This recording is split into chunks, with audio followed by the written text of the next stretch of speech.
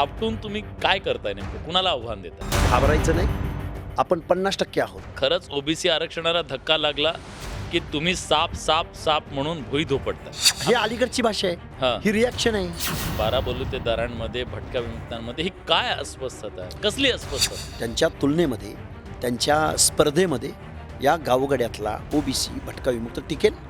मराठा कुणबी एक नाही असं एक नाहीये, माझ्याकडे 5 जजमेंट आहेत. मी बुक घेऊन आलो तुमच्या समोर आता. आता पायात पाय किती आहे? 350. तुम्ही एक मीटिंग बोलवली तर तुमची एक मीटिंग होऊ शकत नाही. एका दिवशी 5 मीटिंग तुम्ही बोलवता. मानापमान, त्यांनी मला बोलवलं नाही, यांनी मला बोलवलं नाही. तुम्ही मराठा समाजाचं आरक्षण खाल्लंय असा थेट आरोप होतो. हा गरिबी हटवचा. तुम्ही खाल्लंय ना आरक्षण? अशा कशाचं प्रकारचा काय आरोप खाल्लंय? केला जातो. त्या जी आर मधला अशी सांगतो. गोष्ट सांगा सांगतो. जी गोष्ट मराठा समाजाला सरसकट ओबीसी. हो येस सांगतो ना. मंडळी नमस्कार, मी विलास बडे. न्यूज 18 लोकमतच्या पॉडकास्टमध्ये आपल्या सगळ्यांचं स्वागत. महाराष्ट्राच्या राजकारणात आणि समाजकारणात सध्या खूप मोठी उलथापालथ सुरू आहे, अस्वस्थता आहे आणि त्याचं कारण आहे 2 समाज घटक आज आरक्षणाच्या मुद्द्यावरून आमनेसामने आलेले आहेत आणि ते 2 समाज घटक सगळ्यात मोठे समाज घटक अर्थात मराठा आणि ओबीसी. मराठा समाजाच्या आंदोलनाच्या नंतर जो जी आर निघाला त्यावरून आता ओबीसी सुद्धा आक्रमकपणे रस्त्यावरची लढाई लढत आहेत, न्यायालयीन लढाई लढत आहेत. आणि या सगळ्या लढाईचा गेली 2 वर्ष जो चेहरा आहेत, ज्यांनी ओबीसींचा तो आवाज बुलंद करण्याचं काम केलं आहे, ते प्राध्यापक लक्ष्मण हाके आपल्यासोबत आहेत. आपण त्यांना बोलतं करणार आहोत. महाराष्ट्राच्या मनातले, सामान्य माणसाच्या मनातले काही प्रश्न अगदी त्यांना विचारायचे आहेत आपल्याला. खूप खूप स्वागत आहे तुमचं न्यूज 18 लोकमतमध्ये. धन्यवाद. आम्ही तुम्हाला स्क्रीनवरून बघतोय, तुमच्या वेगवेगळ्या आंदोलनं बघतोय, तुमच्यावर होणारे हल्ले बघतोय, तुम्ही वेगवेगळ्या कार्यक्रमात आमच्या सहभागी होता. पण हे थापटून तुम्ही काय करताय नेमकं? कुणाला आव्हान देताय? हे खरं तर पब्लिक अपिलिंग आहे.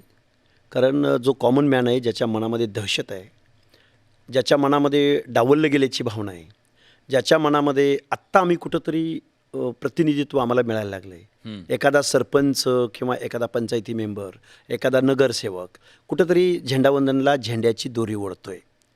याच्या पलीकडे त्याला दुसरा अधिकार नाही. फक्त सन्मान मिळतोय की झेंड्याची दोरी ओढायला. हा जो सन्मान आहे तो सन्मान आता हिरावून घेतला जाणार आहे. आणि हे ओबीसीचं मंडल आयोगाच्या माध्यमातून जे एक परिवर्तनाचं आत्मभान देणारं किंवा माणूस म्हणून, या लोकशाहीचा नागरिक म्हणून प्रतिनिधित्व मिळणारं आरक्षण आज गेल्यात जमाय, ही एक त्यांच्या मनामध्ये भीतीची भावना आहे. किंवा त्यांचे नेते टार्गेट करणं असेल, जाती टार्गेट करणं असेल, किंवा त्यांच्याबद्दल अपशब्द वापरले जाणं असेल, या ज्या सगळ्या गोष्टी आहेत, या सगळ्या गोष्टीमधून बाहेर पडायचं असेल तर तुम्हाला पुढं आलं पाहिजे. आणि त्यांच्या मनामध्ये एक ऊर्जा निर्माण करण्याचं काम ह्या अपिलिंग कृतीमधून मी महाराष्ट्राला दंड थोपटून दाखवलं आहे. घाबरायचं नाही. आपण 50% आहोत. 10% लोकांना जर इथलं सरकार एवढं लीन होत असेल, आगतिक होत असेल, बेकायदा वागत असेल, संविधानाची तत्त्व पायदळी तुडवत असेल, आपण तर मग 50-60% आहोत.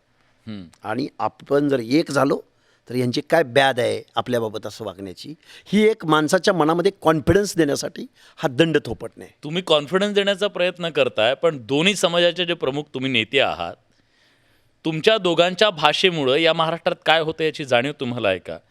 मनोज जरांगे पाटलांची भाषा एका बाजूला आहे, तुम्ही दंडुक्यांची भाषा करताय. या सगळ्यातनं हा जो परंपरागत इथं जी वीण होती, सामाजिक वीण, ती विस्कटती आहे. त्याचं काय? लक्ष्मण हाके गेल्या 2-3 वर्षापासून आणि त्याच्या अगोदर स्टेट बॅकवर्ड कमिशनचा मेंबर म्हणून गेल्या 5-5.5 वर्षापासून लक्ष्मण हाके संविधानाची भाषा बोलतोय, सामाजिक न्यायाची भाषा बोलतोय. कलम 16(4) काय आहे, मंडल आयोग काय आहे, बाबासाहेबांना कसा विरोध झाला आणि आत्ता ह्या आरक्षणाकडे काय म्हणून पाहिलं जातंय, हे मी संविधानिक भाषेत आत्तापर्यंत गेल्या 2 महिन्यापर्यंत मी मांडणी करतो. ही अलीकडची भाषा आहे. ही रिॲक्शन आहे. कशावरची reaction? ही रिॲक्शन गावगाड्यामधल्या एखाद्या माणसाला टार्गेट करून बोललं जात असेल, एखाद्या अधिकाऱ्याला अधिकाऱ्याची जात शोधली जात असेल, शिक्षकांचा रोस्टर काढला जात असेल, मुंबईमध्ये जाऊन मुख्यमंत्र्यांची आईमाई काढली जात असेल, तर ओबीसी दायऱ्यामधल्या लोकांचं काय? म्हणून ही रिॲक्शन आहे, ही ॲक्शन नाही. महाराष्ट्रामधल्या ओबीसीच्या कुठल्याही नेत्यानं ओबीसीमधल्या कुठल्याही जातीनं प्रवर्गानं आजपर्यंत या राष्ट्राच्या विरुद्ध, या देशाच्या विरुद्ध, इथल्या धर्माच्या विरुद्ध कधीही बंड क्रांती केल्याचं उदाहरण नाही. ओबीसी लढलाय तो राष्ट्रासाठी, ओबीसी लढलाय छत्रपती शिवरायांच्या स्वराज्याच्या भूमिकेसाठी, कल्पनेसाठी. ओबीसी नेहमी सेवा देत राहिलाय. ओबीसी नेहमी दुय्यम स्थान भोगत राहिलाय. ओबीसी नेहमी डोंगराच्या कुशीला मेंढपाळीचा व्यवसाय असो, ऊसतोडीचा व्यवसाय असो, की अजून कुठलं शारीरिक श्रमाचं काम, दगड फोडण्याचं काम असो, हा काम करत राहिला आहे. छत्रपती शिवरायांचा रायगड उभा राहिला. त्या रायगडावरती दगडांची चिरे फोडून घडवून वर रायगडावरती घेऊन जाण्यासाठी हा बलुता आलुता झटला आहे. छत्रपती शिवरायांच्या हेर खात्याचं काम, चित्रकत्ती असेल, वासुदेव असेल, भारुडकार असेल, सोंगी भजन करणारा असेल, हे काय आहे सगळं? आम्ही नेहमी दुय्यम स्थानावर आहे. आम्ही नेहमी दुय्यम भूमिकेत आहे. आम्हाला राजा शिवाजी महाराजांनीच फक्त आम्हाला समतेची वागणूक दिली. ती समतेची वागणूक अशी होती की शिवाजी महाराज या खपणाऱ्या, खचणाऱ्या, बळी जाणाऱ्या 18 पगड जातीच्या लोकांना शिवाजी महाराज मावळा म्हणायचे. मावळा. त्यामध्ये जात नव्हती, पात नव्हती, किंवा तो त्या जातीतला आहे म्हणून त्याच्या कर्तृत्वाला, त्याच्या कलाकारीला, त्याच्यातल्या शौर्याला कुठंही आडपडदा नव्हता किंवा हीन वागणूक नव्हती. तानाजी मालुसरे, एका महादेव कोळी समाजातला माणूस, जंगलदऱ्यामध्ये वावरणारा माणूस, त्या माणसाला सिंहगड जिंकत असताना त्यांना वीरमरण आलं. ही राजा शिवाजीची कल्पना कुठं आहे? आणि आत्ता त्या ज्या लोकांनी छत्रपती शिवरायांची ही स्वराज्य निर्माण केलं, त्या छत्रपती शिवरायांच्या या सगळ्या हे जे 12 बलुतेदार, 18 लुतेदार मंडळी आहेत, या मंडळींना तुम्ही आज काय वागणूक देताय? आणि त्याच शिवाजी महाराजांच्या प्रतिमेच्या समोर बसून. पण काय ओबीसींच्या 18 पगड जातींमध्ये, ह्या 12 बलुतेदारांमध्ये, भटक्या विमुक्तांमध्ये ही काय अस्वस्थता आहे? कसली अस्वस्थता आहे? ही अस्वस्थता काय वाटते त्यांना? हे बघा, या महाराष्ट्रामधला गावचा पाटील, गावचा देशमुख, गावचा शासनकर्ता, गावचा डॉमिनंट म्हणून जो घटक ज्याला बघितलं जातं, आजही गावच्या पॅनल प्रमुखापासून ते महाराष्ट्राच्या मुख्यमंत्र्यांपर्यंत ज्यांचा कुणाचा शब्द चालतो, ज्यांची कुणाची दहशत चालते, त्यांच्या तुलनेमध्ये, त्यांच्या स्पर्धेमध्ये या गावगड्यातला ओबीसी भटका विमुक्त टिकेल? हे काय म्हणतात? मुख्यमंत्र्यापासून अनेक पक्षांच्या नेत्यापर्यंत, विखे पाटलांपासून ते अनेक आमदारांपर्यंत, जरांगेंपर्यंत हे काय म्हणतात की आम्ही ओबीसी आरक्षणाला धक्का लावत नाही. म्हणजे ओबीसीचं घर आम्ही मजबूत ठेवलंय, घराला आम्ही धक्का लावत नाही, पण घरामध्ये आम्ही मराठी आणून सोडलेले आहेत. त्यांच्या तुलनेमध्ये सोशली हँडिकॅप्ड असणाऱ्या, नेहमी दुय्यम वागणूक भोगणाऱ्या, गावगाड्यामध्ये नेहमी सेकंडरी पोझिशनला असलेल्या माणसांना त्यांचं घर नाही उद्ध्वस्त करत तुम्ही? पण खरंच धक्का लागला? 100% धक्का लागला. या GRच्या नंतर खरंच ओबीसी आरक्षणाला धक्का लागला की तुम्ही साप साप साप म्हणून भुई धोपटताय? साप साप म्हणून भुई धोपटत नाही. धक्का तर लागलेलाच आहे. नुसता धक्का नाही लागलेला, ओबीसीच्या आरक्षणाची झोपडी उद्ध्वस्त झालेली आहे. कशी सांगा? उद्या पंचायत राजची निवडणूक आहे. त्या निवडणुकीला एक ओबीसी मधला, मूळ ओबीसी मधला एक माणूस पंचायत समितीला उभा आहे किंवा सरपंच पदाला उभा आहे. त्याच्या अगेन्स्टमध्ये कोण असेल? आता जो मराठा, ज्यानं कुणबी सर्टिफिकेट काढलंय, ज्याचा इथल्या राजकारणावर वर्चस्व आहे, प्रभुत्व आहे, जो आमदारांचा चेला आहे, जो आमदारांचा कार्यकर्ता आहे, जो आमदारांच्या छत्रछायेखाली त्या गावावरती दहशत ठेवू नये वोट बँक म्हणून, तोच माणूस आज ह्या बलुतेदारांच्या स्पर्धेमध्ये उतरणार आहे. तो कसा टिकेल? आणि मला महाराष्ट्राचं जात वास्तव, समाज वास्तव, ओबीसीचं वास्तव सांगायचं आहे. गावातल्या एखाद्या परिटाच्या माणसानं गावाचा पॅनल प्रमुख झालेलं कधी ऐकलंय तुम्ही? कधी एखादा सुतार, एक सुतार, एक कुंभार, या माणसानं गावचा पॅनल प्रमुख झाला आहे आणि गावचं राजकारण, तालुक्याचं सोडा, पंचायत समितीचं सोडा, जिल्हा परिषदचं सोडा, महाराष्ट्राच्या कॅबिनेटमधलं सोडा, महाराष्ट्राच्या विधानसभेचं सोडा, गावच्या ग्रामपंचायतीचा पॅनल प्रमुख एखादा आलुता बलुता होऊ शकतो का आज? मला ही मांडणी करताना 2 ओळी दाखवा, असा शब्द दाखवा काय की जेणेकरून सरसकट उद्या मराठा समाज ओबीसी होणार आहे. माझ्यासमोर हा GR आहे. सांगा त्या GR मध्ये मी काय आहे? जास्त वेळ घेणार नाही. त्या GR मधला अशी गोष्ट सांगा जी गोष्ट मराठा समाजाला सरसकट ओबीसी करणार. सरसकट ओबीसी मराठा समाजाला आणि मराठा समाज करणार आहे. हो, येस, सांगतो. कारण मराठा समाजाच्या सगळ्या अभ्यासकांशी मी बोलतो, त्यांचं म्हणणं आहे ह्याच्यातून काही मिळालेलं नाहीये. संपून गेलेलं आहे ओबीसीचं आरक्षण या GR मधून. सांगतो ना. सांगा. प्रस्तावनेची शेवटची ओळ तुम्हाला मी वाचून दाखवतो. पण प्रस्तावना आणि आदेश याच्यात फरक आहे ना? हो, अहो, इथं शासन आदेशामध्ये साध्या कॉम्याला स्वल्पविरामला सुद्धा महत्त्व असतं, त्याचा सुद्धा विचार होतो. एका कॉम्यामुळं, एका ह्रस्व दीर्घमुळं एका कम्युनिटीमधल्या उपप्रकारांना 25 वर्षाचा संघर्ष करून त्याचं सोशल ॲफिलिएशन करून त्या दायऱ्यामध्ये जावं लागलेलं आहे. ठीक आहे, सांगा. तर या प्रस्तावनेची शेवटची ओळ वाचून दाखवतो की जो उद्देश आहे शासनाचा, ही ओळ अशी आहे: मराठा समाजास जात प्रमाणपत्र मिळण्याच्या प्रक्रियेत. कुठल्या समाजास? मराठा समाजास जात प्रमाणपत्र मिळण्याच्या प्रक्रियेत अधिक सुलभता यावी याकरता शासन खालीलप्रमाणे निर्णय घेत आहे. कुठल्या समाजास? मराठा समाजाचं सामाजिक मागासलेपण 4 स्टेट बॅकवर्ड कमिशननी नाकारलेलं आहे, 4 सेंट्रल बॅकवर्ड कमिशननी नाकारलेलं आहे. अनेक हायकोर्टांनी मराठा समाज कुणबी समजणे म्हणजे सामाजिक मूर्खपणा होय. तत्कालीन औरंगाबाद खंडपीठ जस्टिस मारला. गायकवाड आयोगानं गायकवाड आयोगानं सांगितलं की सामाजिकदृष्ट्या, आर्थिकदृष्ट्या, शैक्षणिकदृष्ट्या त्याचं काय झालं पुढं? हा समाज मागास आहे. त्याचं काय झालं पुढं? त्याच्यावरती सुप्रीम कोर्टानं 650 पानाचं जजमेंट दिलं. म्हणजे मग गायकवाड आयोग ग्राह्य धरायचा नाकारलं का? का नाकारलं? तर ते सोशल बॅकवर्डनेस प्रूव्ह करू सोशल बॅकवर्डनेस नाकारला का? नाकारला ना, प्रश्नच नाही ना. 650 पानाचं जजमेंट दिलं ना, त्याच्याकडे शासन दुर्लक्ष करतोय. सुप्रीम कोर्टापेक्षा तुम्ही मोठे आहात का? आणि मुळात जी आता विखे पाटलांच्या अध्यक्षतेखाली जी समिती नेमली गेली, त्या समितीला कुठल्या संविधानिक आयोगाने शिफारस केली त्यांच्याकडं? आणि असा अधिकार कुणी दिला ते या समितीला? हा अधिकार इंद्र साहनी जजमेंटमध्ये हा अधिकार state backward commission, otherwise central backward commission. मग अधिकार तुम्ही एका बाजूला म्हणताय की अधिकारच दिलेला नाहीये, दुसऱ्या बाजूला तुम्ही म्हणताय की सगळे अधिकार त्यांनी दिलेले आहेत. कुणाला? ह्या जी-आरच्या माध्यमातून. मग हे बेकायदा आहे ना. बेकायदा हा जी-आर, याचं लिगल ऍस्पेक्ट काय हे मला चांगलं माहिती आहे. हा किती दर्जेदार हा जी-आर आहे. हा जी-आर रद्दीमध्ये घालण्याच्या लायकीचा सुद्धा नाही. मग एवढं का घाबरताय? एवढं घाबरताय. पण याच जी-आर द्वारे आज जी बोगस सर्टिफिकेट घेण्याची जी प्रक्रिया आहे, अवैधरित्या जी सर्टिफिकेट काढली जात आहेत, त्याला हा बूस्टर डोस आहे. हा कोर्टात जाईल, रद्द होईल, सुनावणी होईल, त्याचं पुढं काय व्हायचं ते हो. पण या महिन्यात 2 महिन्याच्या कालावधीमध्ये लाखो मराठे या जी-आरच्या माध्यमातून बोगस सर्टिफिकेट कुणब्याचं काढतील आणि ओबीसी मध्ये डायरेक्ट. वस्तुस्थिती आहे की तुम्ही ओबीसीना भीती घालवताय? जी-आर गव्हर्नमेंट रिझोल्युशन. तुम्ही भीती घालवताय की घालण्याचा काय संबंध? याच्यावरती काय लिहिलंय? महाराष्ट्र शासन सामाजिक न्याय व विशेष सहाय्य विभाग, गव्हर्नमेंट रिझोल्युशन. ह्याच्यावरती सही कुणाचे? हे काय साधं कुठल्या माणसानं लिहिलेलं पत्र नाही झालं तर कसं होत नाही? मराठा समाज पूर्ण 2 महिन्यात तुम्ही म्हणताय. अहो 25,000 ते 4 लाखापर्यंत सर्टिफिकेट काढण्याचा रेट चालू आहे महाराष्ट्रामध्ये, हा जी-आर निघण्याच्या अगोदर. आता तर तुम्ही काय सांगताय? होतील असं तुम्ही? होतील नाही, चालू आहेत. हा जी-आर निघाला, हा बूस्टर डोस आहे. हा बूस्टर डोस आहे. ह्याच्यामधलं एक वाक्य तुम्हाला कसं प्लीज अख्खा मराठा कसा येतोय ते मी तुम्हाला हे बघा. आता मी प्रस्तावनेमधली शेवटची ओळ वाचून दाखवली.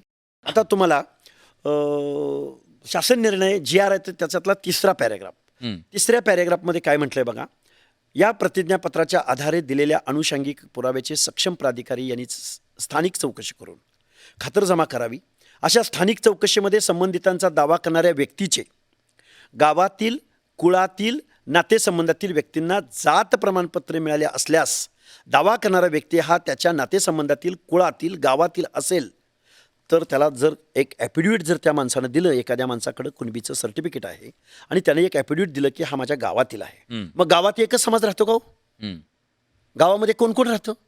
गावामध्ये मारवाडी पण राहू शकतो, गावामध्ये ब्राह्मण पण राहू शकतो, गावामध्ये मुस्लिमांमधला शेख वगैरे जे काय सरदार मंडळी उच्च कुळात, मुस्लिमामध्ये पण उच्च कुळ आहेत, ते पण राहू शकतात. गावातील व्यक्ती, मग गावातील व्यक्तीला तुम्ही ॲफिडेविट देणार? आता त्याच्यापुढे नातेसंबंधातील व्यक्ती, मग कुठला नातेसंबंध? एखाद्या मुलानं अथवा मुलीनं आंतरजातीय उच्च कुळातील, उच्च वर्णातील एखाद्या मुलाशी लग्न केलं असेल तर नातेसंबंधातील म्हणजे त्यांना पण तुम्ही आरक्षण देणार? कुळातील, कुळ कुठलं कुळ? जम्मू काश्मीरपासून ते कन्याकुमारीपर्यंत मौर्य कुळाचा उल्लेख केला जातो. हर एक जात काय म्हणते की आम्ही मौर्य कुळातले आहोत. मग ते कुळ कुठं शोधायला? काशीला जायचं आपण? आणि अशी वंशावळ शोधण्यासाठी महाराष्ट्र शासनाने जी शिंदे समिती नेमली, ही शिंदे समिती ही बायस अशा प्रकारचं एक्झम्पशन करण्याचा मुख्यमंत्र्यांना अथवा महाराष्ट्र शासनाला कोणी अधिकार दिला? एखाद्या नागरिकानं जात प्रमाणपत्र काढण्यासाठी अप्लिकेशन द्यावं लागतं, पुरावे द्यावे लागतात, पुन्हा ते सर्टिफिकेट इश्यू झालं तर ते व्हॅलिड का इनव्हॅलिड बघण्यासाठी परत स्वायत्त न्यायिक संस्था असते तिच्याकडे जावं लागतं. आता ज्या नोंदी सापडल्या जवळपास 50,000पर्यंत नोंदी सापडल्या. त्याच्या आधारे 2 लाखापेक्षा जास्त प्रमाणपत्र काढली गेली. त्या प्रमाणपत्रांवर व्हॅलिडेशन कितीचं झालं? 8,000. मला एक सांगा, नोंदी सापडल्या उद्या प्रमाणपत्र मिळतील ऐका, पण ऐका, व्हॅलिडेशनचं ऐका. काय? हे बघा, महाराष्ट्रासमोर काय सांगितलं जातं की 1,00,000 नोंदी सापडल्या. हां. समजून झालो आपण, फिगर मागं पुढं होऊ शकते. 1,00,000 नोंदी सापडल्या. नोंदी सापडल्या म्हणजे नावं सापडली का त्यामध्ये? नावं सापडली का? म्हणणं नोंद संख्या सापडली. संख्या सापडली. हैदराबाद गॅझेटमध्ये अरे- संख्या आहे अरे त्या- संख्या आहे हां. म्हणजे गावातल्या कुठल्या माणसांची संख्या आहे? वरच्या आळीचा का खालच्या आळीचा का मधल्या वस्तीचा? आणि परत कुणबी वेगळी संख्या आहे आणि मराठा वेगळी संख्या आहे. हे का दुर्लक्ष करतोय महाराष्ट्र? मराठा कुणबी एक नाही असं एक नाहीये, माझ्याकडे 5 जजमेंट आहेत. मी बुक घेऊन आलोय तुमच्या समोर आता. हम्म. मी 5 जजमेंट वाचू शकतो. 5 जजमेंटचा फक्त उल्लेख करू शकतो. ओळीनं मी 5 जजमेंट मी तुमच्या समोर मांडले. 2004चा GR तर सांगतो मराठा कुणबी एक आहे म्हणून. मराठा कुणबी, कुणबी मराठा आणि कुणबी हम्म. जोड शब्द असतील तर हा पण जी आर ओबीसीवरती अतिक्रमण करणार आहे. तोही चॅलेंज आहे. असं म्हणलंय का मराठा, ओनली मराठा असं म्हटलंय का? नाही. नाही. हम्म. मग ओनली मराठा म्हणलं नसेल. हा जी आर काय सांगतो? आत्ताच्या देवेंद्र फडणवीस सरकारने जो जी आर काढलाय हा जी आर काय सांगतो?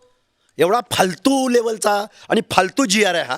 हा काय सांगतो की मराठा समाजास जात प्रमाणपत्र मिळण्याच्या प्रक्रियेत मराठा समाजाचं सोशल बॅकवर्डनेस सुप्रीम कोर्टानं नाकारलंय. आणि तुम्ही सरळ जी आर काढताय. हा गव्हर्नमेंटला कुणी अधिकार दिला? आणि एखाद्या जातीला हम्म. ओबीसीचं एक्सक्ल्युजन अथवा इन्क्ल्युजन करण्याचा अधिकार हा स्टेट बॅकवर्ड कमिशनचा आहे. हा अधिकार शासनाला कुणी दिला? हम्म. शासन हा जी आर काढूच कसं शकतं? हा कोर्ट ऑफ कंटेम्प्ट आहे. हा अधिकार स्टेट बॅकवर्ड कमिशनचा आहे. डेडिकेटेड आयोगाचा आहे. हा आयोग हा शासनाचा कसा? हे शासन अशा पद्धतीचं चॅलेंज करत आहे. चॅलेंज करतोय मी. हम्म. चॅलेंज करतोय. हा गव्हर्नमेंटला अधिकार नाही. हा कोर्ट ऑफ कंटेम्प्ट आहे. अनेक संविधानिक आयोगांचा इंद्रसाहनी जजमेंटप्रमाणे प्रत्येक स्टेटमध्ये तिथल्या जातींचं एक्सक्ल्युजन अथवा इन्क्ल्युजन करण्याचं काम हे संविधानिक आयोगानुसार तुम्ही हा चॅलेंज कराल? चॅलेंज अरे झालं ना? 1994चा GR ज्याच्यातून 16% अतिरिक्त आरक्षण दिलं गेलं असं सांगितलं जातं, तोही चॅलेंज करू असं सांगताय. निश्चित. मी काय म्हणतोय ऐका, मग त्याचं काय? 1994चा जो जी आर जो विश्वनाथ प्रताप सिंगांनी मंडल आयोग इम्प्लिमेंट केला त्यावेळी लगेच इम्प्लिमेंट नाही झाला. हम्म. तोही कोर्टात गेला. त्यावेळी 9 जजेसचं खंडपीठ होतं. 9 जजेसच्या खंडपीठाच्या समोर हिअरिंगवर हिअरिंग झाल्या. ताऊन सुलाकून त्या 9 जजेसच्या खंडपीठानं निर्णय दिला आणि मग ओबीसीना भारतभरामध्ये नोकरी आणि शिक्षणाच्या एंट्री पॉईंटला आरक्षण मिळालं. आणि जे पंचायत राजमधलं लोकल बॉडीजमधलं आरक्षण आहे ते 73व्या आणि 74व्या घटनादुरुस्ती अन्वये ओबीसींना पंचायत राजमध्ये म्हणजे एखादा सरपंच, नगरसेवक, महापौर, लोकल बॉडीजमधलं आरक्षण 73व्या आणि 74व्या घटनादुरुस्ती अन्वये या देशानं ओबीसींना दिलं. हम्म. नॉट विधानसभा आणि नॉट लोकसभा. ठीक आहे. हे तुम्ही तयार आहात? तुमच्या 16% अतिरिक्त आरक्षणाला चॅलेंज केलं जाणार आहे. कोण चॅलेंज करणारा माणूस आहे ना? 94चा GR चॅलेंज केला जाईल असं स्पष्ट 9 सांगितलं. जजेसच्या खंडपीठानं निर्णय दिलेला आहे. आता मग 15 जजेसचं खंडपीठ बसवावं लागेल. तुम्हाला भीती नाही तुमचं आरक्षण जाईल म्हणून? ज्याचं हे बघा रिझर्वेशन हा गरिबी हटवचा तुम्ही खाल्लंय ना आरक्षण? अशा कशाचं प्रकारचा काय आरोप खाल्लंय? केला जातो. अहो मला एक सांगा. तुम्ही मराठा देतो. समाजाचं आरक्षण खाल्लंय असा थेट आरोप होतोय. मी उत्तर देऊ याला. द्या. गेल्या 400 ते 500 वर्षापासून महाराष्ट्रातलं आम्ही जर पंचायत राजमधलं 93-94 नंतर म्हणजे आत्ताचा एक 25 ते 30 वर्षाचा कालखंड आहे. हम्म. 25 ते 30 वर्षाच्या कालखंडामध्ये लोकल बॉडीजमध्ये आम्हाला रिझर्वेशन आहे. पण अख्खं विधानसभेचं रिझर्वेशन, लोकसभेचं रिझर्वेशन, अख्ख्या कोऑपरेटिव्ह सेक्टरचं रिझर्वेशन, अख्ख्या उपजाऊ जमिनींचं रिझर्वेशन, अख्ख्या धर्मातल्या निर्णय घेणाऱ्या क्षत्रियत्वाचं रिझर्वेशन, इथल्या व्यवस्थेचं रिझर्वेशन कोणाच्या नावावर आहे? जमिनीतून पडलेल्या पाण्यावर, इथल्या भूधारणेवर, इथल्या हक्क अधिकारांवर डॉक्टर बाबासाहेब आंबेडकर म्हणायचे की इथल्या सर्व जीवांचा समान अधिकार आहे. तो अधिकार कोणाचा आहे? 400 वर्षापासून. लिटरेचर काय सांगतं? लिटरेचर सांगतं की दोज आर सोशली बॅकवर्ड, ज्यांचं प्रतिनिधित्व इथल्या व्यवस्थेमध्ये झालं नाही, त्या जातीमध्ये जन्माला आल्या कारणानं त्या माणसांना इथल्या निर्णय प्रक्रियेमध्ये दुय्यम वागणूक मिळाली. बेरड असेल, अरे बेरडाचा माणूस, त्याचं काय काम आहे? इथं कट्ट्यावर काय बसला रे, त्याला वेशीवर बसवा. एखादा मेंढपाळ, अरे काय रे मेंढपाळ, त्याचं काय रे? अरे मल्हारराव होळकरांनी 3 बादशहांना दिल्लीच्या तख्तावर बसवलं. 3 बादशहांना तेच मल्हारराव होळकर जर शनिवार वाड्यावर आले तर त्यांना म्हटलं जायचं मल्हार बाबा आले, सोबत कोत्री होती, ते जेवायला बसले, त्यांनी ताकामध्ये शेवया टाकल्या, धनगर बसती जेवाया ताकासंगे शेवया. माझं म्हणणं काय आहे तुमच्या लक्षात येतं आहे? आम्ही त्या डिस्क्रिमिनेशन सोशल डिस्क्रिमिनेशनसाठी रिझर्वेशन पॉलिसी आहे. गरिबी हटवचा प्रोग्राम नाही. गरिबी येत असते, जात असते, पण जात ही जन्मानंच येते. जात जन्मानं येते, मागासले पण जन्मानं येतं. ही भारतीय समाजव्यवस्था आहे, ही समाजव्यवस्थेची उतरंड आहे. पण एक प्रश्न, कदाचित काही जणांना वाटेल की मी तुम्हाला क्रॉस का करतो इतकं, पण जे प्रश्न उपस्थित केले जात आहेत ते विचारणं माझं काम आहे. ज्या सोशल डिस्क्रिमिनेशन बद्दल तुम्ही बोलताय, पिढ्यानपिढ्या परंपरागतरित्या जो सामाजिक भेदभाव झाला, पण परिस्थिती जी 100 वर्षापूर्वी होती ती 50 वर्षापूर्वी राहिली नाही, जी 50 वर्षापूर्वी होती ती आज राहिली नाही. आणि परिस्थिती जशी बदलत जाते, ज्या मराठा समाजात समजा उच्चभ्रू म्हणून ते जन्माला आले, उच्च जातीमध्ये म्हणून जन्माला आले असतील, पण त्या समाजातली आजची अवस्था पण अशी आहे की त्यांच्यासोबत सुद्धा भेदभाव केला जातो. कुणाकडून केला जातो? ओबीसीकडून. ओबीसीकडून नाही. मग तुम्ही ओबीसीचं आरक्षण घ्यायला चाललाय? नाही, पण त्यांना 50% त्यांचं म्हणणं आहे, आम्हाला आरक्षण जर पाहिजे. मला काय म्हणायचं आहे हां. की या मराठा रुरल कम्युनिटीकडून प्रोटेक्शन मिळावं किंवा यांच्या वर्चस्वामुळं या लोकांचं प्रतिनिधित्व मिळत नाही, म्हणून या लोकांना रिझर्वेशन पॉलिसी आणली. आता काय करताय तुम्ही? त्यांना उचलून डायरेक्ट ओबीसीमध्ये टाकताय. म्हणजे ओबीसीमधले काही 4-5 घटक किंवा ओबीसी अख्खा मराठा समाजावरती सोशल डिस्क्रिमिनेशन करतोय असं म्हणायचं आहे कोणाला? तुलना कोणाबरोबर करताय? ओबीसीबरोबर. पंचायत राजमध्ये एखादा महापौर, एखादा जिल्हा परिषद सदस्य, एखादा शिक्षक, एखादा डॉक्टर व्हायला लागलाय, त्यांनी तुमचा कारखाना तर घेतला नाही. ही सगळी लढाई राजकीय आरक्षणासाठी सुरू आहे. प्रश्नच नाही. एससीबीसी दिलंय ना, एकनाथराव शिंदे साहेब आणि देवेंद्र फडणवीसांनी एससीबीसीचं आरक्षण दिलंय की ज्याचा कट ऑफ हा ओबीसी पेक्षा कमी आहे. पण ते टिकणारं नाही म्हणतात. टिकणारं नाही. कधी बंद झालं तर बघा ना. आणि EWS घटना दुरुस्ती करून दिली. आमची लेकरं रस्त्यावर आली, आमच्या जमिनी 2 एकरावर आल्या असं म्हणणाऱ्यांनी EWS का नाकारावं बरं? आर्थिक कारण आहे ना तुमचं. या प्रश्नाचं उत्तर मी तमाम सगळे अभ्यासक, सगळे मागणी करणाऱ्यांना विचारलं, पण अजूनपर्यंत त्याचं समाधानकारक उत्तर मिळू शकलेलं नाहीये. मी सांगू? हां, सांगा. EWS इकॉनॉमिकल विकर सेक्शन हे 10% रिझर्वेशन महाराष्ट्रातलं. त्या 10%पैकी 8.61% फायदा फक्त मराठा कम्युनिटीने घेतला आहे. हम्म. मग एवढे फायद्याची बाब असताना का सोडली असेल? का सोडली असेल तर गावातला सरपंच, अरे गाव आमचं आहे, दहशत आमची आहे, गावातला सरपंच ओबीसी होतोय, गावातलं पंचायत राजमधलं आरक्षण यांच्या पोटामध्ये दुखतंय. त्याचं कारण असं आहे 73-74व्या घटना दुरुस्ती अन्वये ओबीसींना ज्यावेळी पंचायत राजमध्ये आरक्षण मिळालं, SC STचं 20% आणि ओबीसींचं 27% झालं 50-55%. आणि मग गाव आमचा, गावात दहशत आमची, राजकारण आमचं, वतनदार आम्ही, जहागीरदार आम्ही, कारखानदार आम्ही, आणि झेंड्याची दोरी कोण ओढतोय?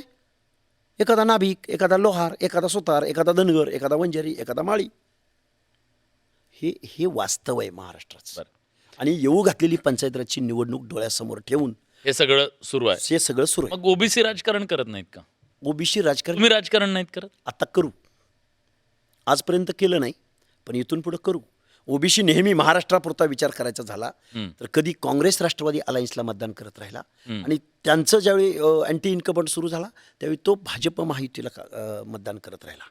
पण आता इथून पुढं जर आमची भाषा भाजप महायुती पण घेणार नसेल, काँग्रेस राष्ट्रवादी पण घेणार नसेल, आमच्या बाजूनं उद्धव ठाकरे बोलणार नसतील, आमच्या बाजूनं शरदचंद्रजी पवार बोलणार नसतील, आमच्या बाजूनं अजितदादा पवार बोलणार नसतील, एकनाथराव शिंदे बोलणार नसतील, आणि ज्या देवेंद्र फडणवीसांना ओबीसी DNA वाटतो तेही जर आमच्या ओबीसीच्या आरक्षणाची झोपडी उद्ध्वस्त करणारा JR करणार असतील तर आम्हाला आमचं राजकारण करावं लागेल. तुम्ही तुमचं राजकारण करा. तुमच्या पायात पाय एक आहे का? तुमचे किती पाय आहेत सांगू का मी तुम्हाला? आता पायात पाय किती आहेत? 350. तुम्ही एक मीटिंग बोलवली तर तुमची एक मीटिंग होऊ शकत नाही. एका दिवशी 5 मीटिंग तुम्ही बोलवता. हे 5 नेते, कोण नेता कोणाचं हे नाही, तो मानापमान, त्याने मला बोलवलं नाही, ह्याने मला बोलवलं नाही. एक ओबीसी नेता म्हणतो आपलं नुकसान झालं नाही, दुसरा म्हणतो झालेलं आहे, तिसरंच बोलतो. याचं उत्तर देतो. सांगा. याचं उत्तर देतो. सांगा. लक्ष्मण हाकेचा बाप ग्रामपंचायतीचा सदस्यही नाही.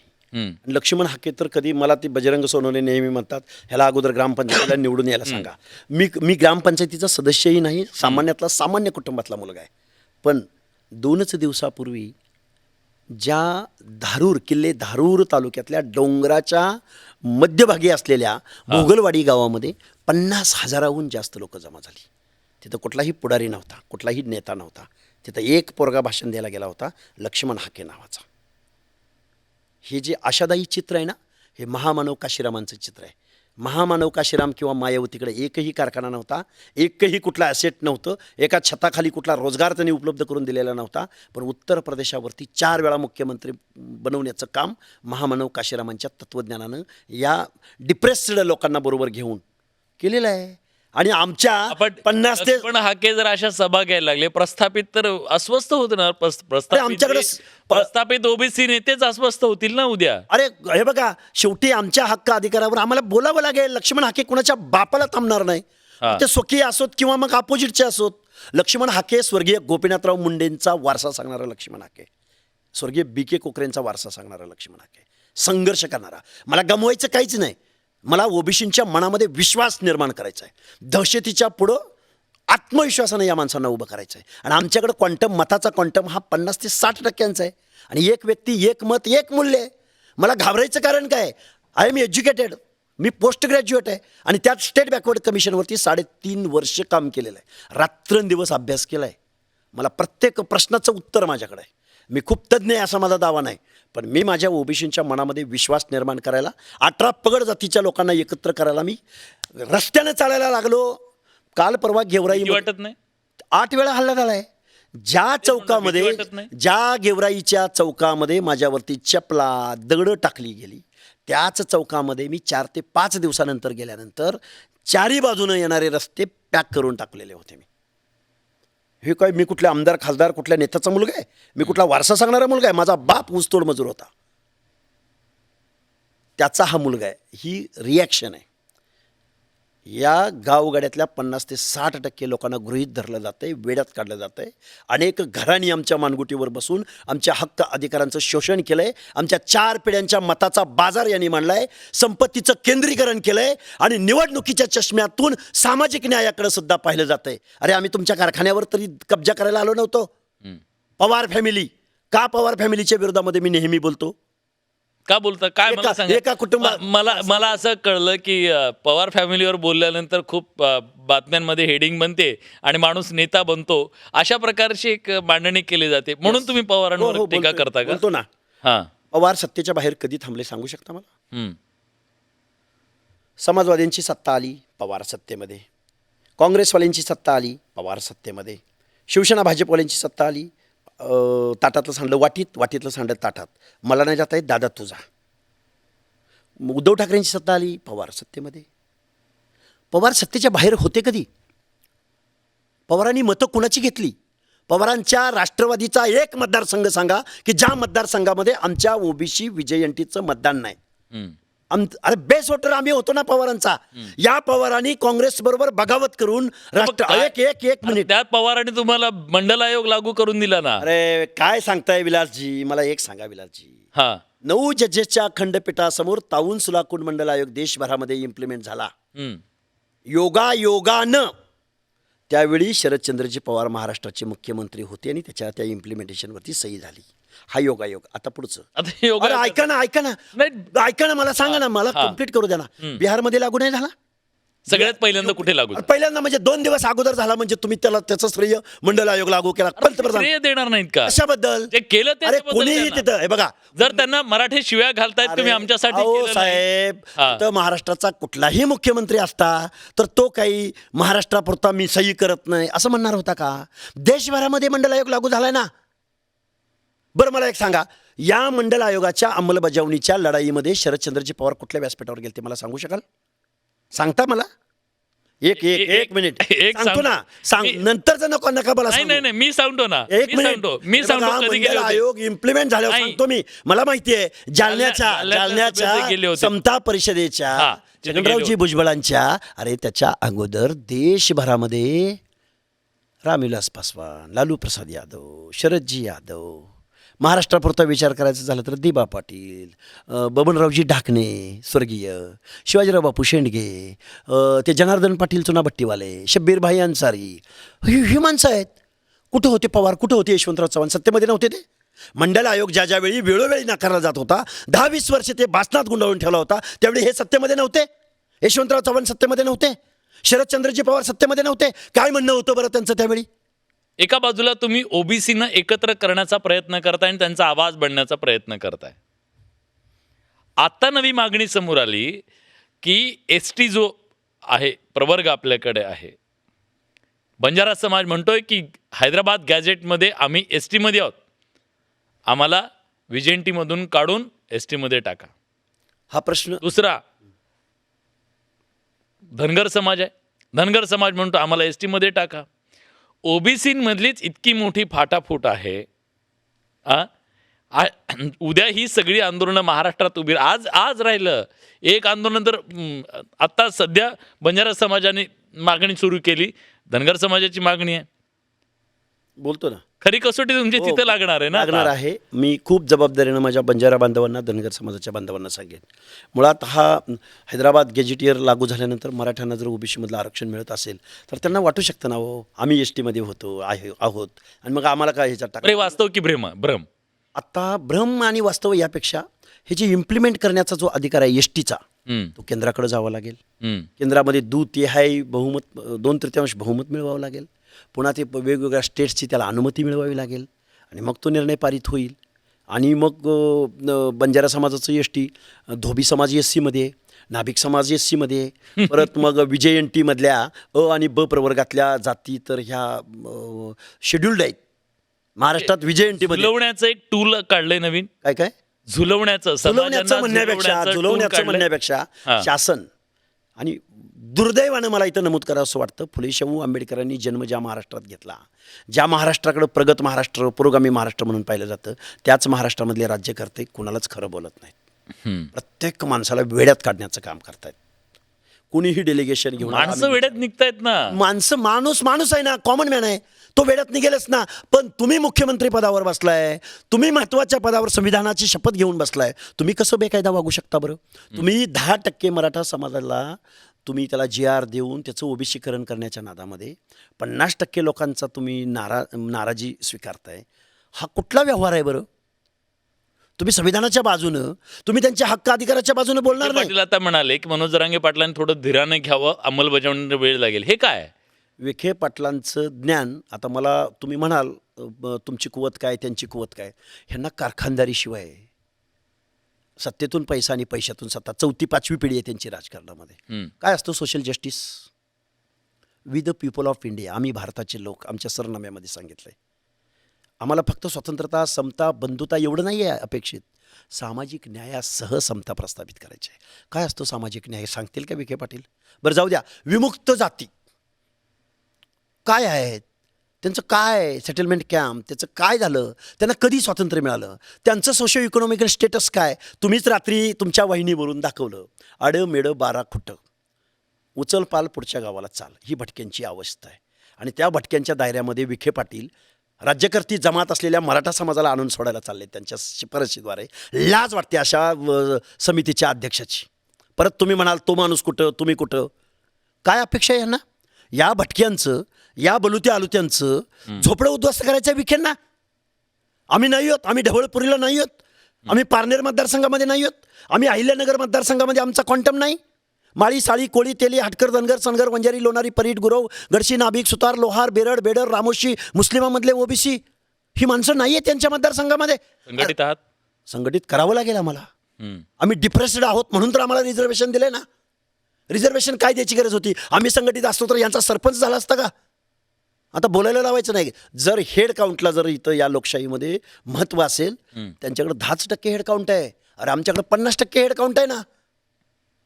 ठीक आहे. महाराष्ट्रामधला ओबीसीचा आवाज 2029 पर्यंत कुठं गेलेला असेल हे मी पूर्ण दाव्यानिशी सांगतो.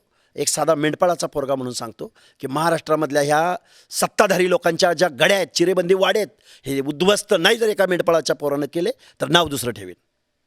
धन्यवाद आणि खूप शुभेच्छा तुम्हाला. धन्यवाद. मैदानात उतरलायत. मला आशा होती की तुम्हाला तिखट प्रश्न, न आवडणारे प्रश्नही विचारावेत. माझं काम आहे ते, आणि त्या प्रश्नांची उत्तरं तुम्ही दिलीत. चिडला नाहीत, रागवला नाहीत, तरी बोल. त्याबद्दल तुमचे मनापासून आभार. आणि जी लढाई तुम्ही लढताय ती लढाई नक्की लढा. पण एक गोष्ट आहे, या महाराष्ट्राचा जो तानाबाना आहे तो कायम राहावा, ती सामाजिक वीण विस्कटू नये, जबाबदारी- याची काळजी दोन्ही नेत्यांनी घ्या. ही जबाबदारी आम्ही नेहमी ओबीसीनी घेतली नाही, दोघांनी घ्या. मी दोन्ही नेहमी आणि नेत्यांनी म्हणतो. दुय्यम मी केवळ ठिकाणी- तुमच्या खांद्यावर तो ओझं टाकणार नाहीये. जबाबदारी तुमचं दोघांची आहे. तुम्ही दोन समाजांचे आम्ही नेते डिस्क्रिमिनेशन आहात. आम्हाला भोगावं लागेल. नाही तर शांत राहणं म्हणजे परत आम्हाला सहन करावं लागेल. आम्ही शोषित आहोत, परत तसंच आम्हाला राहावं लागेल. नाही, ती जबाबदारी सगळ्यांची आहे. हा महाराष्ट्र पुरोगामित्वासाठी ओळखला गेला. या इथं जातीतल्या दुहीसाठी तो ओळखला जाऊ नये आणि त्याची मोठी किंमत तुमच्या माझ्या मुलांना भविष्यामध्ये, ज्यांचा काही दोष असणार नाही, त्यांना ते भोगायला लागू नये ही अपेक्षा आहे. पण अपेक्षा ही आहे की या महाराष्ट्रात कुणावर अन्यायसुद्धा होऊ नये. खूप खूप धन्यवाद. तुम्ही न्यूज 18 धन्यवाद. लोकमतशी बोललात जय त्याबद्दल. महाराष्ट्र, जय धन्यवाद. भारत, जय भीम, जय ज्योती, जय मल्हार.